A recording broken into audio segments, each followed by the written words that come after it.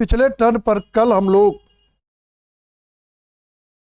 आंग्ल मैसूर युद्ध देखे थे और लास्ट में देखे रहे होंगे कि चतुर्थ मैसूर युद्ध में टीपू 4 मई 1799 को राजधानी श्रीरंगपट्टम के दुर्ग पे लड़ते हुए मारा गया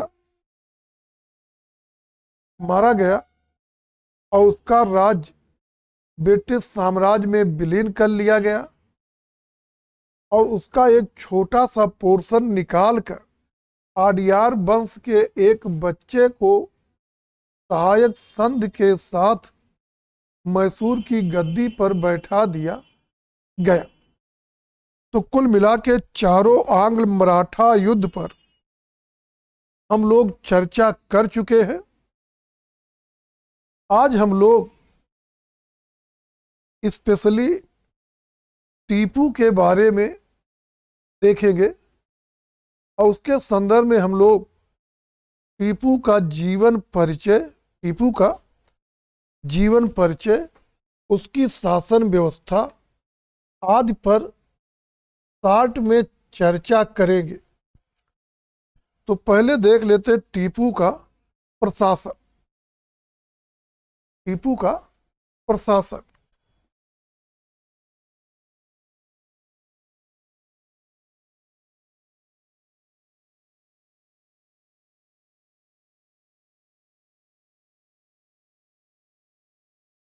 आप देखेंगे कि टीपू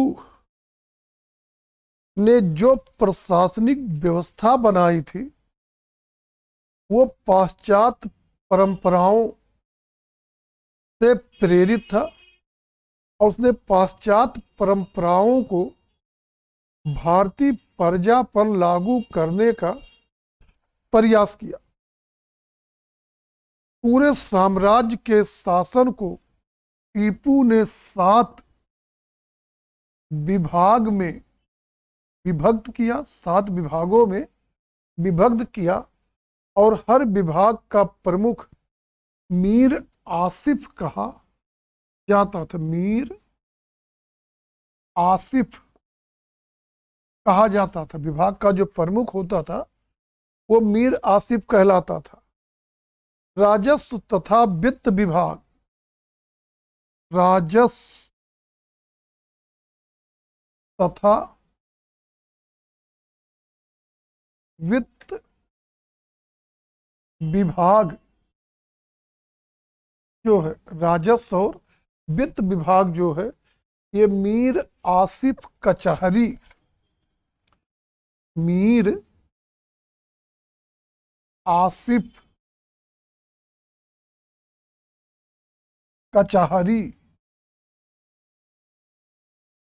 के अधीन होता था। सेना विभाग या कहिए सैन्य विभाग जो है ये मीरा कचहरी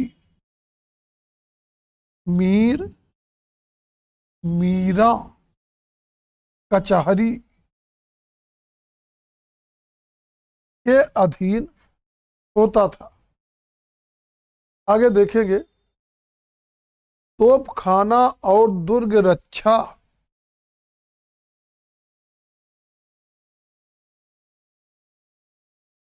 तोपखाना और दुर्ग रक्षा जो है ये दोनों मीर सदर कचहरी के अधीन होता था। मीर सदर कचहरी के अधीन होता था। मीर सदर कचहरी के अधीन होता था। एक था नाविक विभाग।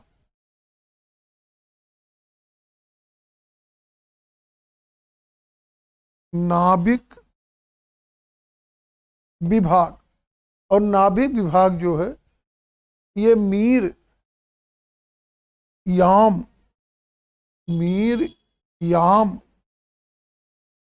कचहरी के अधीन होता था।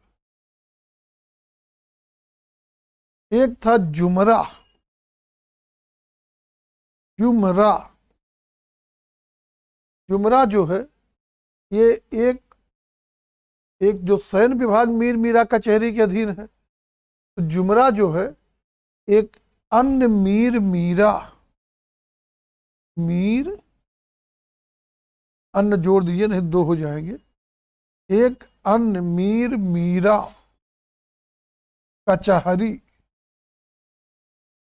के अधीन होता था। एक था वाणिज्य,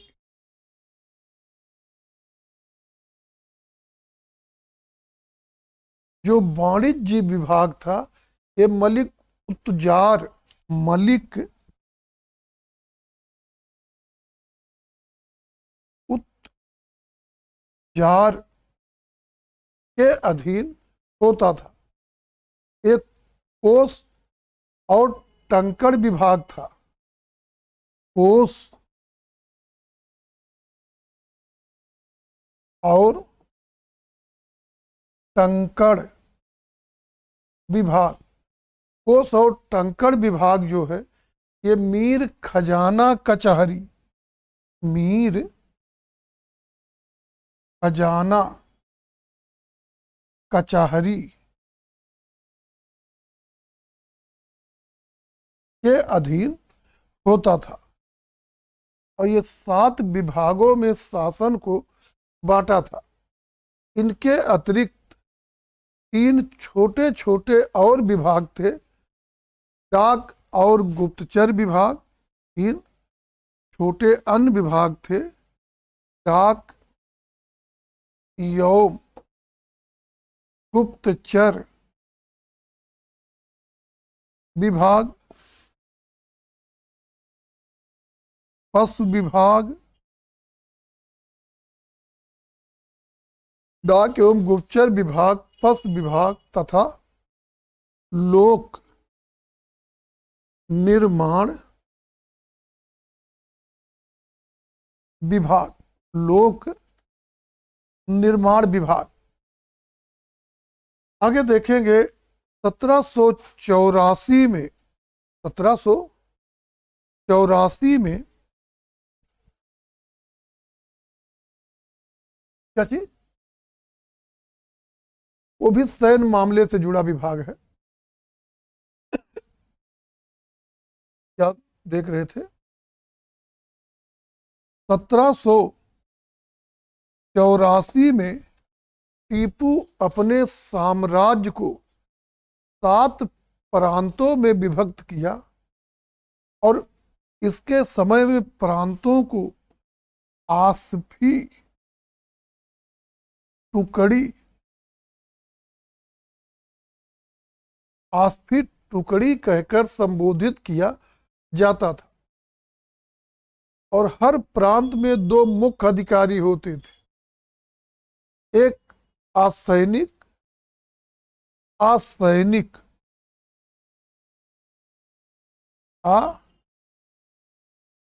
सैनिक मामले और दूसरा सैनिक मामले देखता था।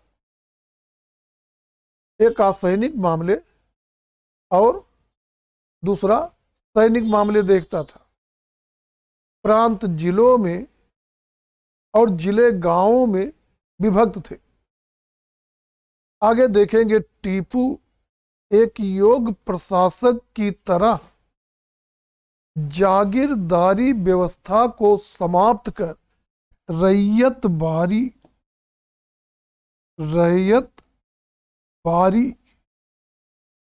व्यवस्था को लागू किया। रैयतबारी समझ रहे होंगे, जिसमें सरकारी कर्मचारी सीधे कृषकों से राजस्व वसूली करते हैं। तो जागीरदारी व्यवस्था को समाप्त कर रैयतबारी व्यवस्था लागू किया। नहीं, टीपू के यहां नहीं है, यहां पे नहीं रैयतबारी।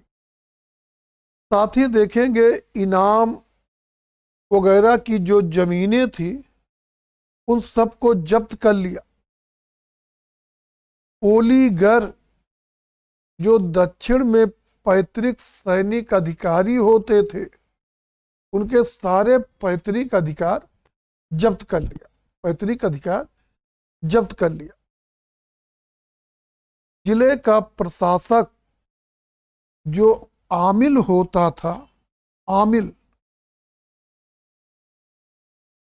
जिले का प्रशासक जो आमिल होता था, इसका काम था कृषकों को प्रोत्साहित करके कृषि भूमि का विस्तार कराना, और इसके लिए आमिल कृषकों को तकाबी माने अग्रिम ऋण देता था और भी तरह तरह की सुविधाएं प्रदान करता था।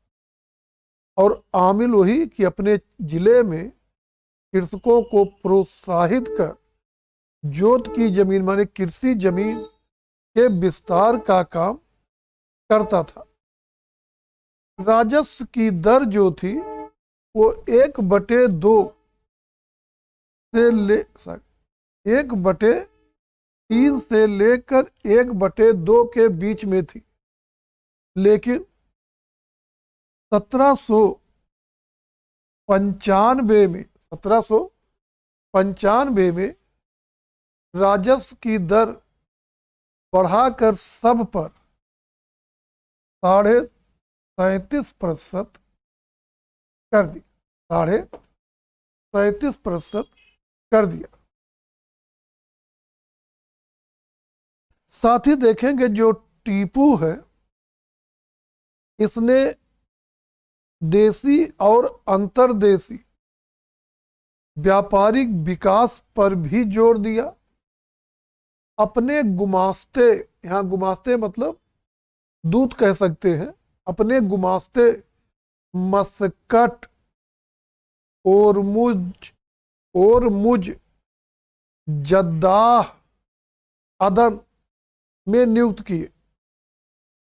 पीगू और चीन से भी संबंध स्थापित किया।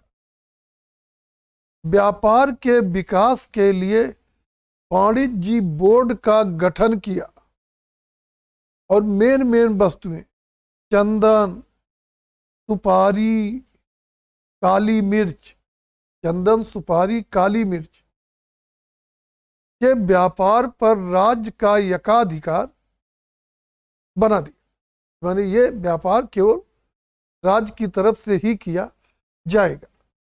इसी तरह आंतरिक व्यापार में काली मिर्च और चंदन केवल सरकार ही खरीद सकती थी। माने कृषकों के पास या जिसके पास काली मिर्च या चंदन है वो केवल सरकार को ही बेच सकती थी। मतलब एकदम यूरोपीय नमूने पर अपनी कंपनी को बढ़ाने का वो प्रयास कर रहा था। पदार्थ सेना यूरोपीय नमूने पर गठन, सेना में आदेश हेतु फ्रांसीसी शब्दों का प्रयोग करवाया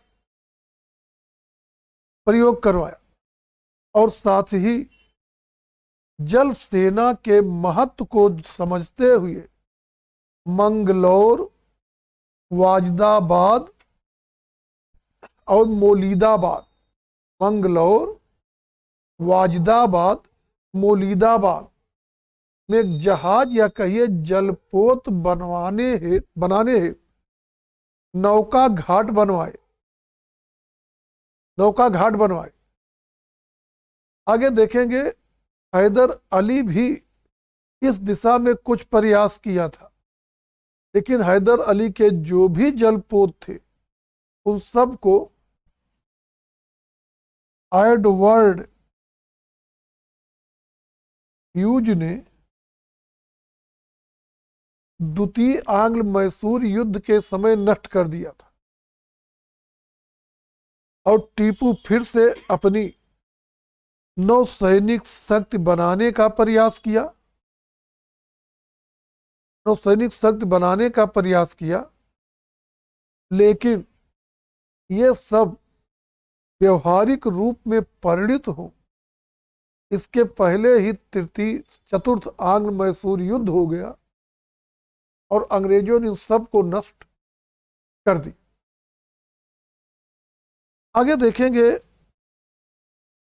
कि जो हैदर अली था वो भी जल सेना के महत्व को समझता था।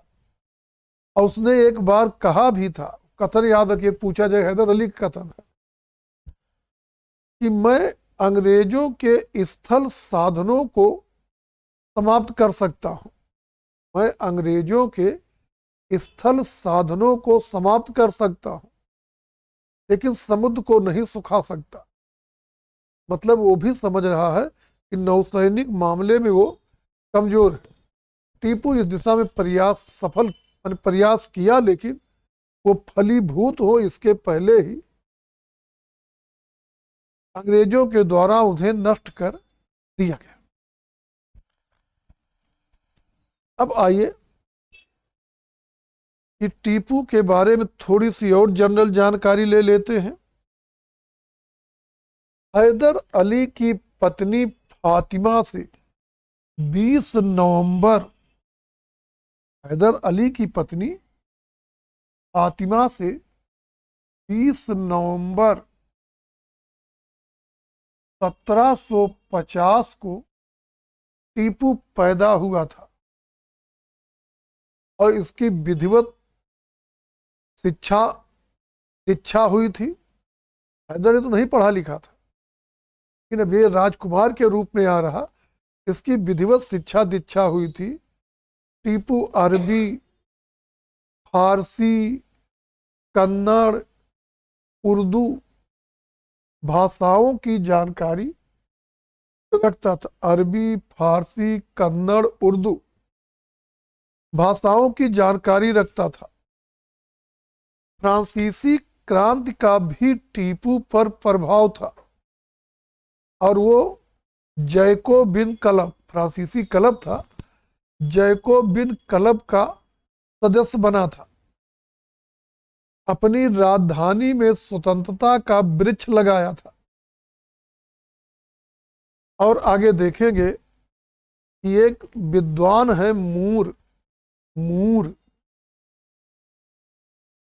ने टीपू के राज्य के बारे में जो लिखा है, उससे लगता है कि टीपू योग्य प्रशासक था और टीपू के अधीन प्रजा सुखी थी। मूर ने लिखा है कि जब एक व्यक्ति किसी अनजाने प्रदेश से गुजर रहा हो और देखे कि फसलें उत्तम तरीके से लहलहा रही हैं, जनसंख्या और उद्योग बहुत हैं, नए नए नगर बस रहे हैं, वाणिज्य का विकास हो रहा है, प्रत्येक वस्तु हर्ष तथा सफलता की द्योतक है, तो वो स्वाभाविक रूप में कहेगा कि जनता जो है वो एक योग्य और कुशल प्रशासक के अधीन है, जिसे विकसित होने का पूरा अवसर मिल रहा है। आगे लिखता, ऐसा है टीपू के प्रदेश का वर्णन।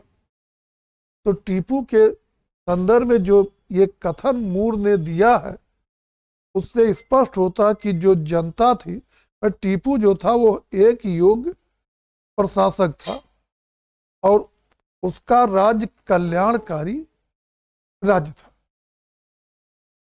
आगे देखेंगे कि टीपू और हैदर अली के संदर्भ में एक व्यक्ति है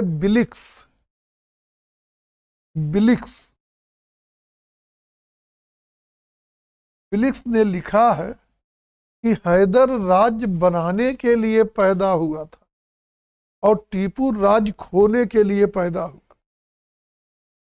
हैदर राज्य बनाने के लिए पैदा हुआ था और टीपू उसे खोने या कहीं राज्य खोने के लिए पैदा हुआ था।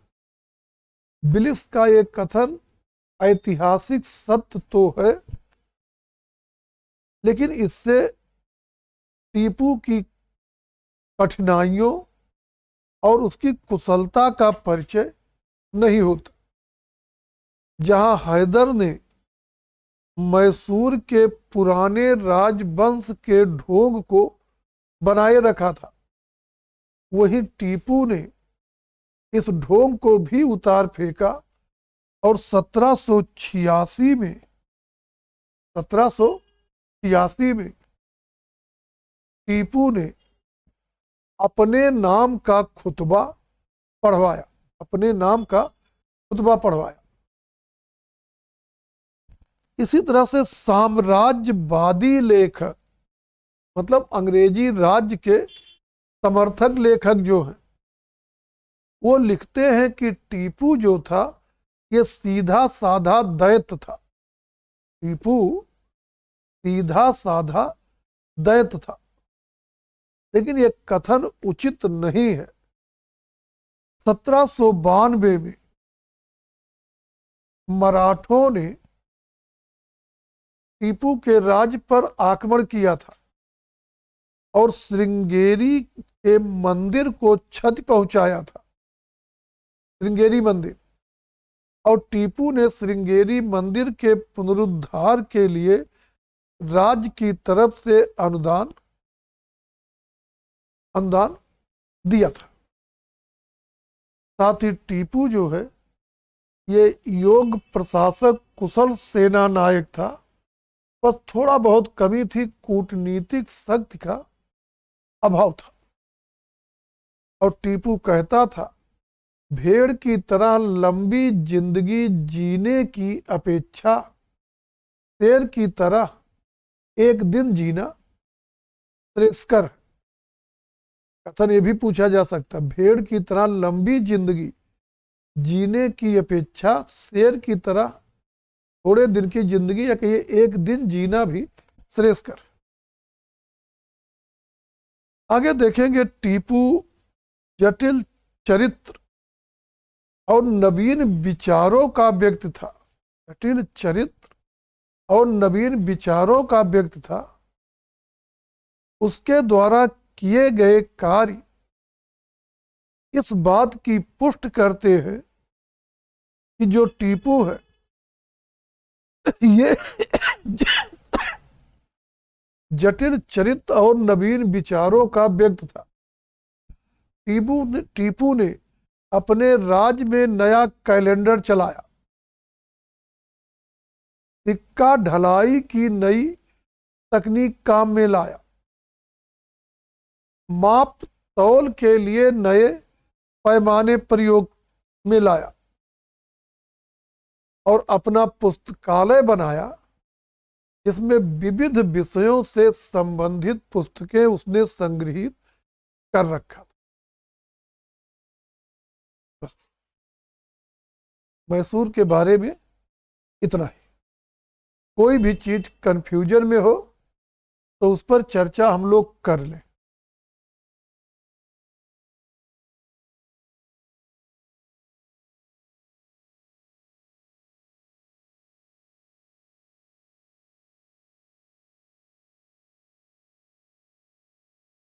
जो टीपू का स्वतंत्रता का वृक्ष लगाया तो उसका व्यक्ति स्वतंत्रता से लेंगे, व्यक्तियों स्वतंत्रता से उसका आशय इतना ही है।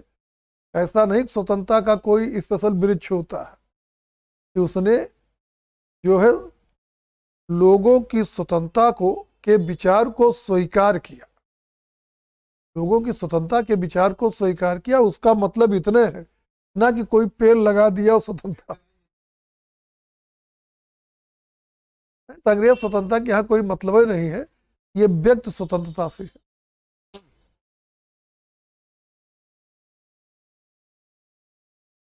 रैयत बारी की शुरुआत अभी जब हम लोग ब्रिटिश शासन की राजस्व व्यवस्था पढ़ेंगे तो सबसे पहले 1792 मद्रास में मुनरो के द्वारा शुरू किया जाएगा। रीड और मुनरो उसके प्रवर्तकों में आएंगे। तो अभी वो हम लोग आगे पढ़ेंगे ना, जो रैयत बारी व्यवस्था जो है, इस्तमरारी बंदोबस्त व्यवस्था जो है, ये सब जो है आगे पढ़ेंगे। मैसूर में, कर्नाटक के मैसूर में। आगे चले। अब हम लोग देखेंगे कंपनी का मराठों से संबंध, माने मराठों से अंग्रेजों का संबंध।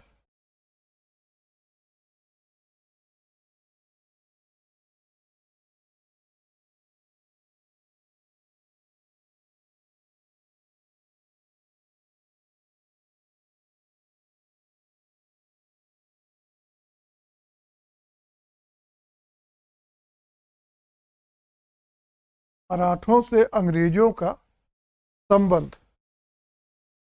तो पहले एक लिस्ट हम बना रहे हैं, उसको जानिए। पहले जो एक लिस्ट बनाए उसे जानिए, और वो है पेशवाओं की लिस्ट। बालाजी विश्वनाथ, तब आगे समझने में मदद मिलेगी। बालाजी विश्वनाथ,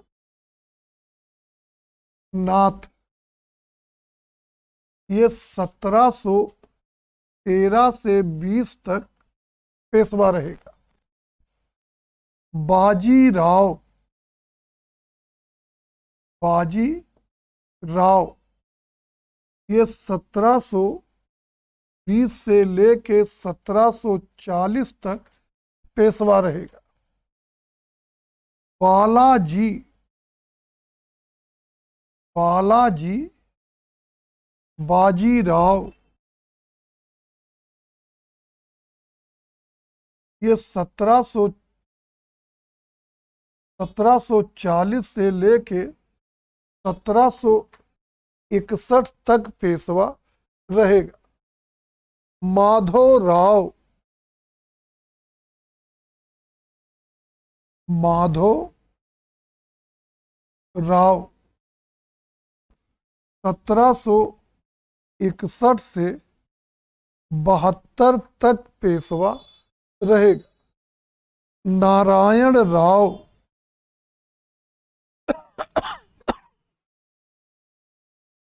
राव, ये 1772 73 के मध्य पेशवा रहेगा। रघुनाथ राव,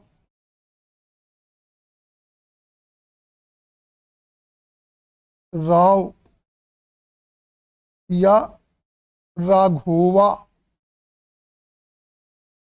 ये 1773 से 74 के मध्य पेशवा रहेगा।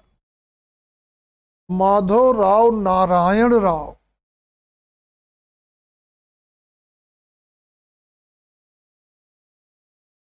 माधव राव नारायण राव या माधव राव द्वितीय, माधव राव नारायण राव या माधव राव द्वितीय या सवाई माधव राव, सवाई माधव राव, ये 1774 से लेके 95 तक, 1774 से 95 तक पेशवा रहेगा। बाजी राव द्वितीय, बाजी राव द्वितीय, ये 1795 से लेकर लास्ट तक 1818 तक पेशवा रहेगा। इतनी चीजें पहले जान लीजिए। अभी कुछ चीजें और जानेंगे तभी एक क्लियर होगी स्थिति, नहीं बीच बीच में नाम आएगा दिक्कत होगी। अब जानेंगे कि जो पेशवा है ये सबसे बड़ा मराठा सरदार होता था, सबसे बड़ा मराठा सरदार होता था, जिसका कार्यालय पूना में था। और पूना के पेशवा के अतिरिक्त बड़ौदा में गायकवाड़, ग्वालियर में सिंधिया, इंदौर में होलकर, नागपुर में भोसले थे।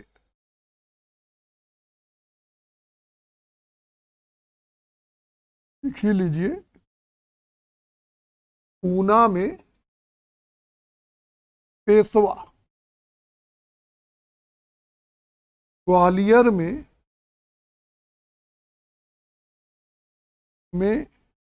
सिंधिया,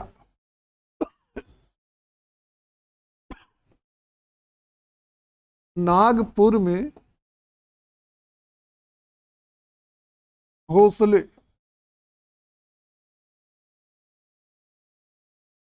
बड़ौदा में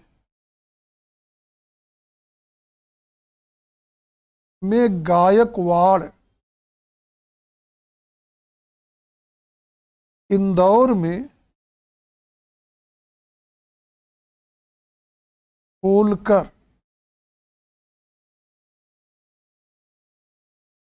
एक दो तीन चार पांच, इन 5 बड़े मराठा सरदार हैं और इनमें जो पेशवा है वो सबसे बड़े मराठा सरदार के रूप में था। इनको इसी रूप में याद, कभी कभी मिलान आ जाएगा, ये आता है मिलान, ग्वाली मान चारों ये दे देंगे और अगली साइड ऊपर नीचे कर देंगे। जैसे ये सिंधिया चौथे कर दिए, गायकवाड़ पहले कर दिए, फिर कूट मिलाने के लिए आ जाएगा। अब देखेंगे अंग्रेजों और मराठों के संबंध में, मराठे और अंग्रेज जो हैं इन दोनों का संघर्ष होना स्वाभाविक था।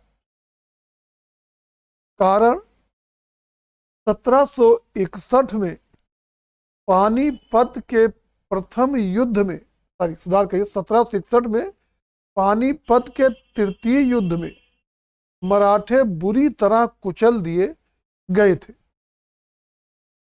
लेकिन अगले पेशवा माधवराव के नेतृत्व में शीघ्र ही मराठे पुनः शक्तिशाली हो गए।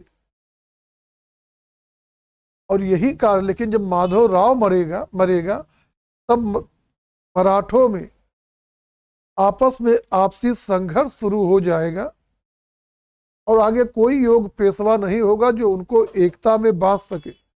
इसीलिए एक कथन बहुत महत्वपूर्ण है, इस पेशवा की मृत्यु मराठों के लिए पानीपत से भी दुखद घटना थी, पेशवा माधवराव। तो ये भी हमने बताया कि पानीपत के तृतीय युद्ध में मराठे बुरी तरह कुचल दिए गए थे, लेकिन नए पेशवा माधवराव के नेतृत्व में मराठे शीघ्र ही अपनी खोई हुई शक्ति प्राप्त कर ली। नहीं माधवराव, पानीपत के युद्ध के समय बालाजी बाजीराव है, सदाशिवराव भाऊ ये उसका चचेरा भाई है। और बता रहे वो पानीपत के युद्ध में जा रहे हैं, तो जो सदाशिवराव भाऊ है ये बालाजी बाजीराव का चचेरा भाई था और बालाजी बाजीराव का पुत्र था विश्वासराव। तो अब्दाली का सामना करने के लिए विश्वासराव को सेनापति बनाया गया, लेकिन विश्वासराव अभी अल्पवयस्क था, तो सैद्धांतिक सेनापति तो विश्वासराव को बना दिया गया था, लेकिन वास्तविक सेनापति सदाशिवराव भाऊ को बनाया गया था। सिद्धांत में सेनापति विश्वासराव ही है, लेकिन सेनापति का टोटल दायित्व संभाल रहा था सदाशिवराव भाऊ।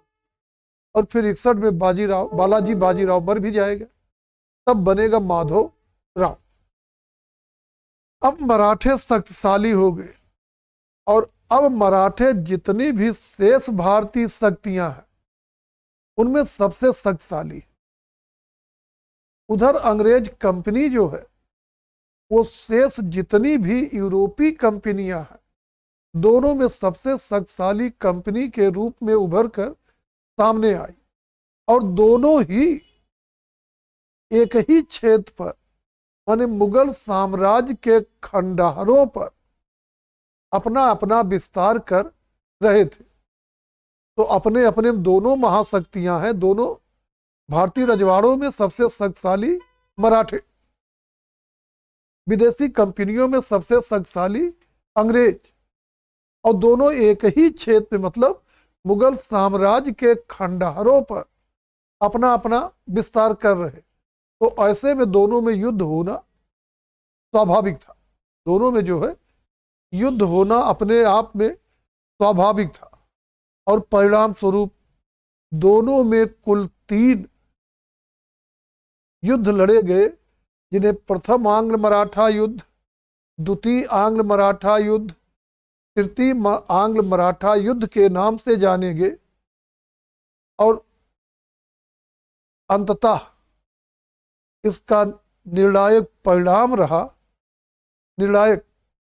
रहा कि मराठा राज्य की समाप्ति हो गई और अंग्रेज अपने विजय और विस्तार के क्रम में एक कड़ी और आगे बढ़ गए।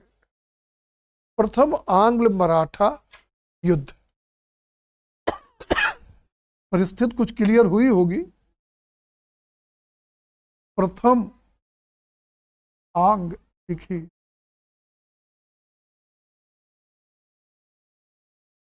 आंग्ल मराठा युद्ध कब से कब लड़ा गया है? 1775 से 1782 ईस्वी। युद्ध का कारण मराठों के आपसी झगड़े और अंग्रेजों की साम्राज्यवादी महत्वाकांक्षा थी। मराठों के आपसी झगड़े और अंग्रेजों की साम्राज्यवादी महत्वाकांक्षा थी। पेशवा नारायण राव जो है, नारायण राव अपने चाचा रघुनाथ राव उर्फ राघोवा से अच्छे संबंध बनाकर नहीं रख सका। वास्तव में जो रघुनाथ राव राघोवा है, ये महत्वाकांक्षी था और पेशवा माधव राव योग्य पेशवा था। उसने उसकी महत्वाकांक्षा पर नियंत्रण लगा रखा था।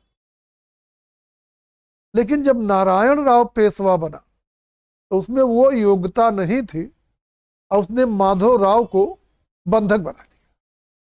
माधव राव को बंधक बना लिया मतलब नारायण राव राघोवा के साथ मधुर संबंध नहीं बना सका और परिणाम बंधक बना लिया।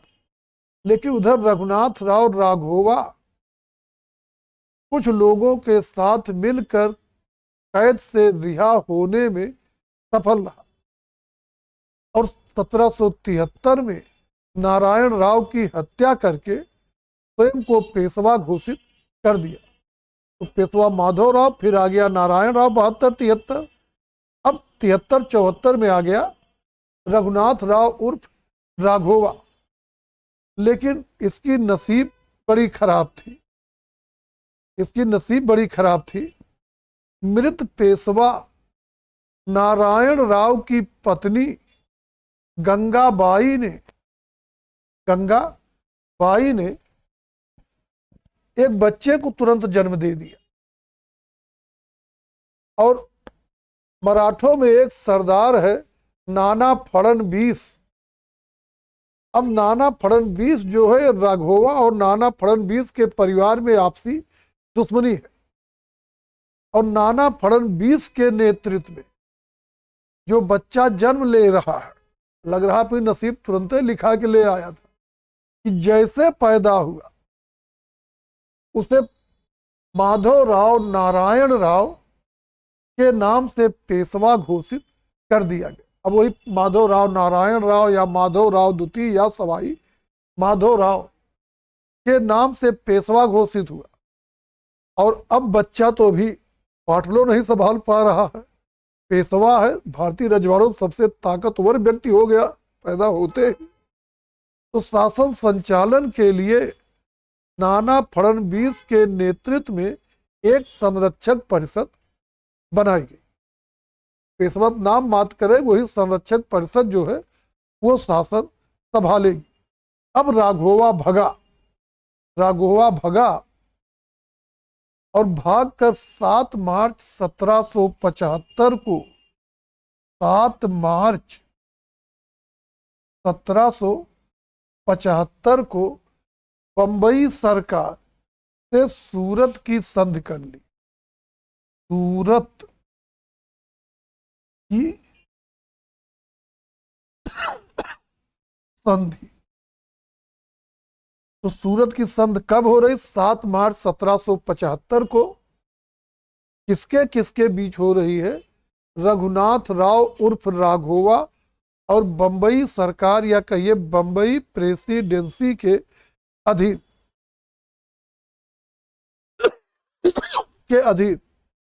संध के अनुसार राघोवा, बसई, भड़ौच, सूरत, बल्कि कि बसई, भड़ौच और सूरत का एक भाग अंग्रेजों को देगा अपने अधीन, या ये कहिए कंपनी के शत्रुओं से राघोवा कोई संधि नहीं करेगा। शर्तें सुनते जाइए कि बसई, भड़ौच और सूरत का एक भाग राघोवा अंग्रेजों को देगा। दूसरे, कंपनी के शत्रुओं से राघोवा कोई संधि नहीं करेगी। कंपनी 2500 सैनिकों के साथ राघोवा की मदद करेगी। अब देखेंगे वास्तव मामला क्या है। इधर बंगाल और उधर मद्रास में जो है प्रेसिडेंसियों में, मद्रास प्रेसिडेंसी, बंगाल प्रेसिडेंसी में अंग्रेज काफी सफल हो चुके हैं, राजनैतिक अधिकार प्राप्त कर लिए।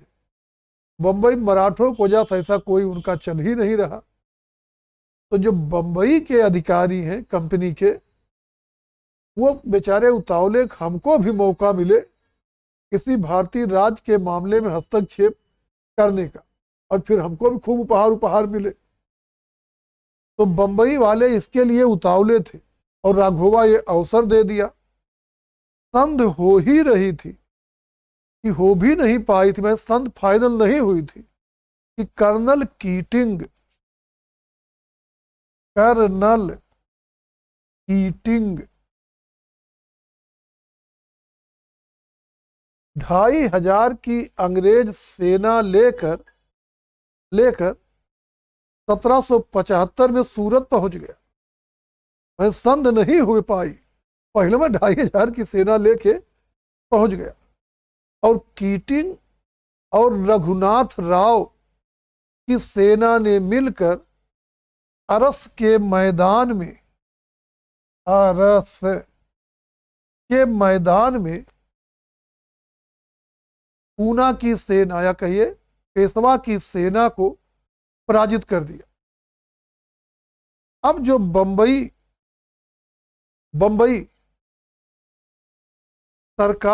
बंबई सरकार जो है, जो ये काम कर रही है, यहां पर अभी है आपका बंगाल में वारेन हेस्टिंग्स, और हेस्टिंग्स थोड़ा योग्य और दूरदर्शी था, वो स्थिति को समझ रहा है।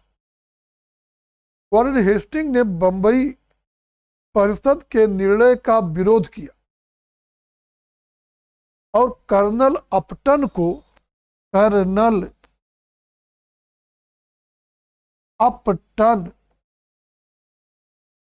अपनी तरफ से, मतलब बंगाल प्रेसिडेंसी की तरफ से, पूना दरबार माने पेशवा से नई संधि करने के लिए भेजा। मार्च 1776 में मार्च 1776 में पुरंदर की संधि हुई। पुरंदर की संधि, और जो पुरंदर की संधि हो रही है, पुरंदर की संधि जो है, ये बंगाल प्रेसिडेंसी के अपटन, कर्नल अपटन और पूना संरक्षक समिति तो समझ में आ रहा होगा क्या है, संरक्षक समिति के मध्य में हुई। पुरंदर की संधि के अनुसार जो है सूरत की संध रद्द मान ली गई, रद्द मान ली गई और पूना दरबार ने त्राष्टी और भड़ौच अंग्रेजों को देना स्वीकार कर लिया। अंग्रेजों ने राघोवा का साथ न देने का आश्वासन दिया और पूना दरबार की तरफ से राघोवा को 25,000 रुपये मासिक पेंशन देकर उसे गुजरात के कोपर गांव में स्थापित कर दिया गया। तो पुरंदर की संध क्लियर हो गई होगी। पहली वाली संध, सूरत की संध रद्द, भड़ौच सूरत की संध रद्द, त्राष्टी और भड़ौच अंग्रेजों को मिलेगा, अंग्रेज राघोवा का साथ नहीं देंगे और राघोवा को पूना दरबार 25,000 रुपये मासिक पेंशन देगा और वो सूरत के कोपर गांव में रहेगा। लेकिन बंबई सरकार जो है इस संध को मानने से इनकार कर दी। पुरंदर की संध को बंबई सरकार ने मानने से इनकार कर दिया और जब बंबई सरकार पुरंदर की संध नहीं मानी, माने अंग्रेजों ने पुरंदर की संध नहीं मानी, तब नाना फड़नवीस ने सेंट लुबिन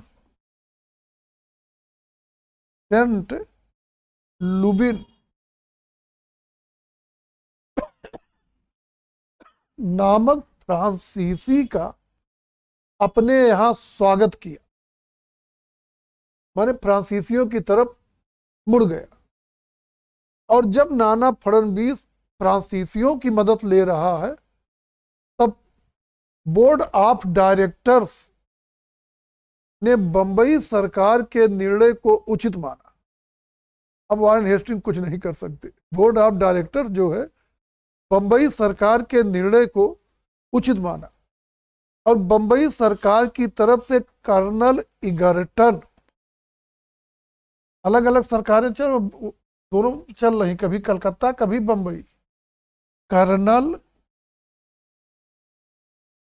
इगर्टन को नवंबर 1778 में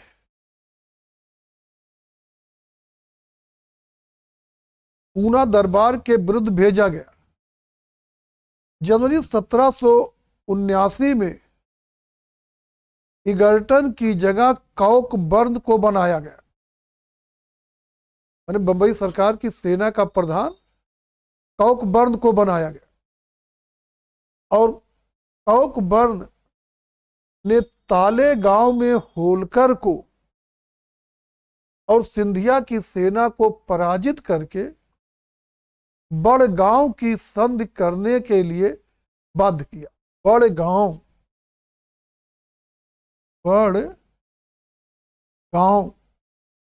की संधि के लिए सिंधिया होलकर की सेना को पराजित करके बड़गांव की संधि के लिए बाध्य किया। संध के अनुसार, एक मिनट,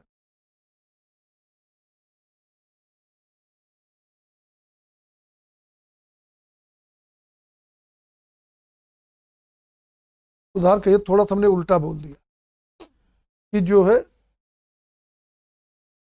ताले गांव के युद्ध में सिंधिया और होलकर की सेना ने मिलकर कॉकबर्न को पराजित कर अंग्रेजों को बड़गांव की अपमानजनक संधि करने के लिए बाध्य किया।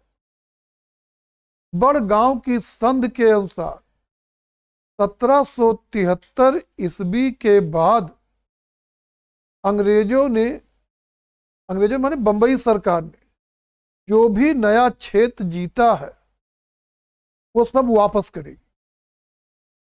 दूसरे, बंगाल से जो सेना दक्षिण आ रही है उसे रास्ते से ही वापस भेजना होगा। सिंधिया को भड़ौच के राजस्व का एक हिस्सा मिलेगा। पुरंदर की संधि समाप्त मानी जाएगी।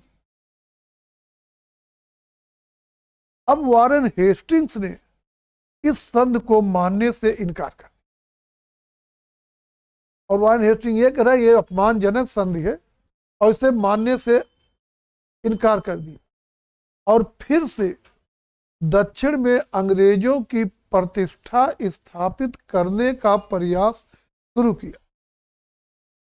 कर्नल गेलार्ड कर्नल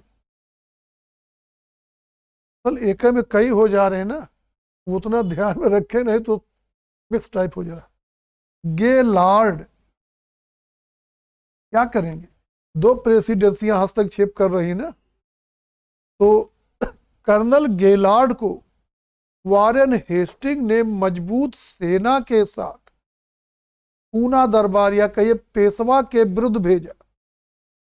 गेराल ने अहमदाबाद तथा बसई पर अधिकार कर लिया।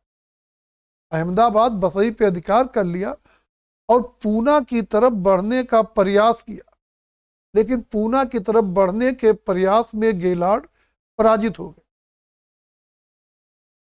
तो ये प्रयास तो वारेन हेस्टिंग का बहुत सफल नहीं रहा। इसी बीच देखेंगे कि वारेन एक है कर्नल पॉपहम और एक है गोहद का राणा। तो जो गोहद का राणा था ये सिंधिया का पुराना शत्रु था। गोहद का राणा सिंधिया का पुराना शत्रु था। उधर दक्षिण में सिंधिया लड़ रहा है, वहां पे अंग्रेज पराजित हो गए। तो इधर वारेन हेस्टिंग ने क्या किया कि कर्नल पॉपहम को सिंधिया के पुराने शत्रु गोहद के राणा के समर्थन में भेज दिया और गोहद के राणा की मदद से पॉपहम ने अगस्त 1781 में ग्वालियर के दुर्ग पर अधिकार कर लिया और ग्वालियर सिंधिया का है, समझ रहे कहने मतलब, सिंधिया का है। और उधर कर्नल कै मयक ने फरवरी में सिपरी माने शिवपुर में सिंधिया को पराजित कर दिया। दो मामले हो गए, एक सिंधिया पराजित हो गया, दूसरे उसके ग्वालियर पर अधिकार हो गया। अब सिंधिया अंग्रेजों और पूना दरबार के बीच में संधि कराने के लिए प्रयास करने लगा और सिंधिया की मध्यस्थता में 17 मई 1782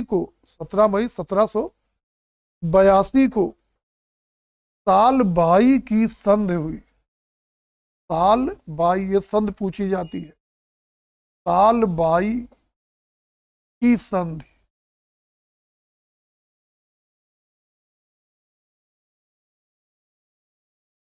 सत्रह सौ बयासी डेट है 17 मई 1782। साल बाई की संधि हुई और संधि के नाना फडणवीस ने समर्थन कर दिया।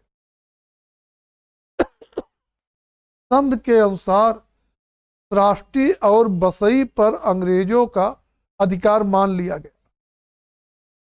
अंग्रेजों ने माधवराव नारायण राव को पेशवा स्वीकार कर लिया। सिंधिया को यमुना नदी के पश्चिम की सारी भूमि प्राप्त हुई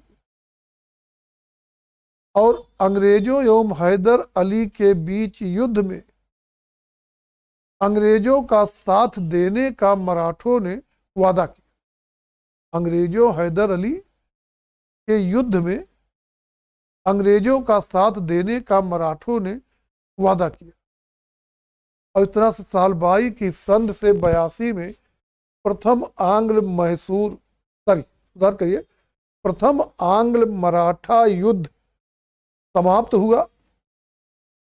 स्पष्ट जीत किसी पक्ष की नहीं हुई।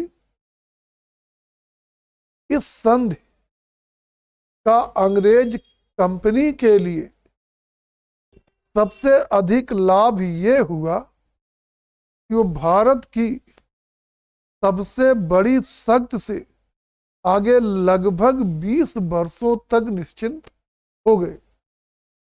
साल 22 संधि आती है, ये परिणाम आता है। साल 22 की संधि का कंपनी को सबसे अधिक लाभ क्या हुआ कि भारत की सबसे बड़ी शक्ति से आगे लगभग 20 वर्षों के लिए कंपनी निश्चिंत हो। इस तरह से प्रथम आंग्ल मराठा युद्ध हुआ। युद्ध का कारण मराठों के आपसी द्वैत झगड़े थे और युद्ध का अंत 17 मई 1782 को साल 22 की संधि से हुआ। साल 22 की संधि से कंपनी को जो सबसे बड़ा लाभ ये हुआ कि वो भारत की सबसे बड़ी शक्ति मराठों की तरफ से करीब 20 वर्षों के लिए निश्चिंत हो गए। और अब यही प्रथम युद्ध पर ही हम लोग रोक दे रहे हैं और इसके आगे हम लोग चर्चा द्वितीय तृतीय मराठा युद्ध पर कल करेंगे। यहाँ तक कोई चीज पूछना हो, कोई चीज कंफ्यूजन में हो, उस पर चर्चा कर लें और थोड़ा सा पढ़ कर आया करिए। जो राज्यों से संबंध है, राजनैतिक मामला है, दुनिया भर की तिथि, दुनिया भर की संधि, नाम ये आते हैं। थोड़ा पढ़े रहेंगे तो कैच करेंगे, कंसेप्ट बनेंगे, नहीं तो उसी नाम में सब गड़बड़ा जाता है।